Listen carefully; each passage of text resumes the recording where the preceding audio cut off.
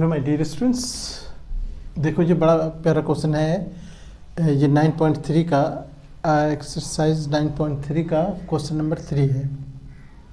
Question ये है कि एक सर्कल है जिसके सरकमफ्रेंस पर PQR पॉइंट्स हैं और इस तरह से PQR जो एंगल बन रहा है वो 100 बन रहा है और आपको प्रूफ फाइंड करना है कि इसका OPR एंगल जो बनेगा वो कितना होगा, ये बताना है आपको। ये चीज़ लिखा हुआ है, हमने लिख दिया है, ठीक है। अब हम देखो इसको कैसे करेंगे। अभी हम लोगों ने देखा कि यह प्रूफ में देखेंगे। प्रूफ में या कहो सॉल्यूशन, इसका सॉल्यूशन चूँकि निकालना है तो सॉल्यूशन देखो, इसका सॉल्यूशन ये है इसका कि अगर हमने देखा कि कोई सर्कल है और कोई सर्कल पर अगर कोई आर्क, सपोज ये आर्क है, ये सेंटर पर जो एंगल बनाएगा वो एंगल ये डबल होगा इसी सरकमफ्रेंस से, इसी आर्क से इस पोर्शन को छोड़ के बाकी जो पोर्शन बचा उस पर कहीं पर भी एंगल बनेगा। यहाँ पर जैसे यहाँ पर बन रहा है तो ये एंगल इसका डबल होता है। अब यहाँ पर देखो ये आर्क है, यहाँ से थोड़ा सा ये लग रहा है तुमको, ये आर्क देखो यहाँ से यहाँ तक ये जो एंगल बन रहा है ये एंगल डबल होगा इसी आर्क से, इसके इस इतना आर्क पर नहीं बन रहा है, इस आर्क के अलावा जो बन रहा है वो उस पोर्शन पे बन रहा है, तो वो एंगल का डबल होगा। तो यहाँ पर हम लिखेंगे कि देखो अब इसको हम क्या कहेंगे, रिफ्लेक्स एंगल कहेंगे। रिफ्लेक्स इसलिए कि इधर छोटा है इधर बड़ा है, इसीलिए इसको रिफ्लेक्स एंगल कहेंगे इसको रिफ्लेक्स एंगल POR ये बराबर होगा एंगल, ये बराबर होगा twice of angle PQR। Reflex angle POR ये बराबर होगा इसका ट्वाइस के। यहाँ पर लिख देंगे कि एंगल सबटेंडेड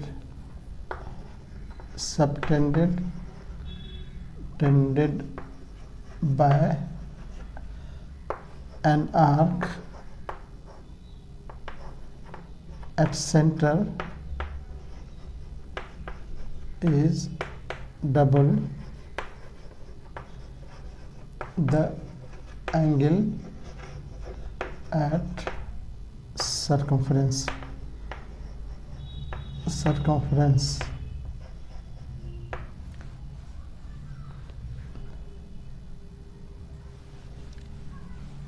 यहाँ पर एक चीज़ और इम्पोर्टेंट याद रखो कि on double the angle eight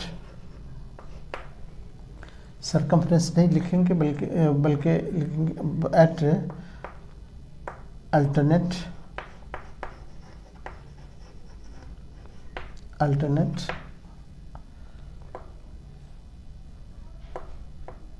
arc. Angle subtended by an arc at the center is double the angle at alternate arc। जो आर्क का इसका अल्टरनेट आर्क बचा उस पर, तो वही चीज़ यहाँ हो रहा है। अब यहाँ पर P देखो हमारे पास इसका वैल्यू दे रखा, PQR का वैल्यू दे रखा है, तो ये हो जाएगा कितना,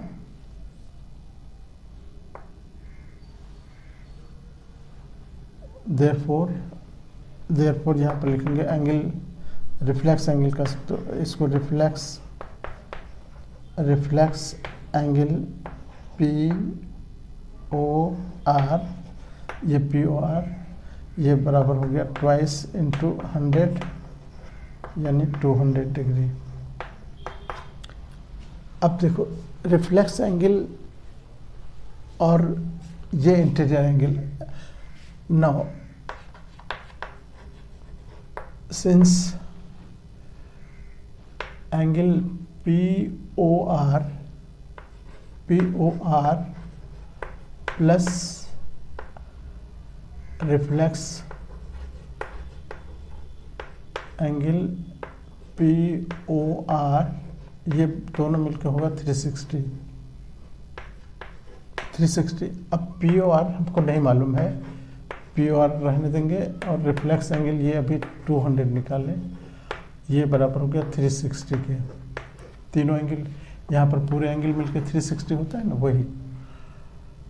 तो ये 200 इसमें से माइनस कर दो, POR ये बराबर हो जाएगा 360 माइनस 200, तो 160 डिग्री बचा।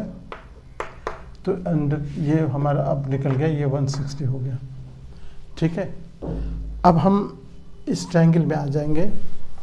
अब इन ट्रायंगल POR इस ट्रायंगल में angle POR plus angle OPR जो निकालना है हमको, OPR प्लस एंगल ORP, ये तीनों मिलके होगा 180। एंगल सम प्रॉपर्टी,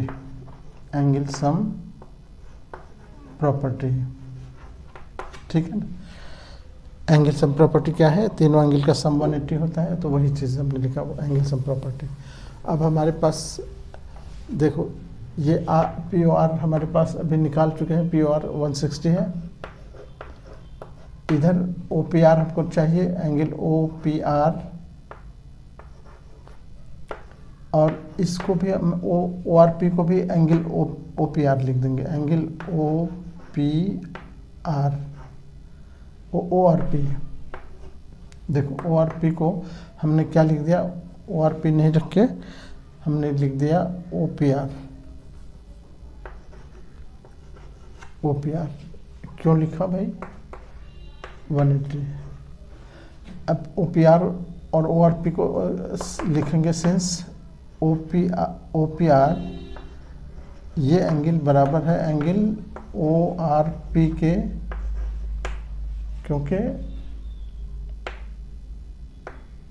क्योंकि angles opposite to equal sides of triangle POR। देखो POR में एंगल ट्रायंगल POR में ये PO OP और OR बराबर है, तो OP और OR जब बराबर है तो ये एंगल भी बराबर हो गया। इसीलिए हम OPR प्लस OPR 2 बार लिखे, क्योंकि तीनों एंगल का सम होता है 180, और इसका वैल्यू तो हमने डाल दिया, ये हमको निकालना ही है, और इतना ही ORP भी इसी के बराबर है, तो वही हमने लिख दिया, इसको रिपीट कर दिया OPR 2 बार। तो इस तरह से, और उसका रीज़न भी दे दिया कि OPR को हमने डबल क्यों किया, 2 बार क्यों लिखा, वो लिख दिया हमने। अब इसीलिए अब हमारे पास क्या हो गया, ये ट्वाइस OPR हो गया, ट्वाइस एंगल OPR, ये बराबर हो गया, इधर आ गया 180 माइनस 60, 160, 20 बचा इधर, और इधर एंगल OPR, ये 2 नीचे आ जाएगा इसका, देयरफॉर एंगल OPR ये बराबर होगा 20/2 यानी 10 डिग्री। ये हमारा आंसर हो गया।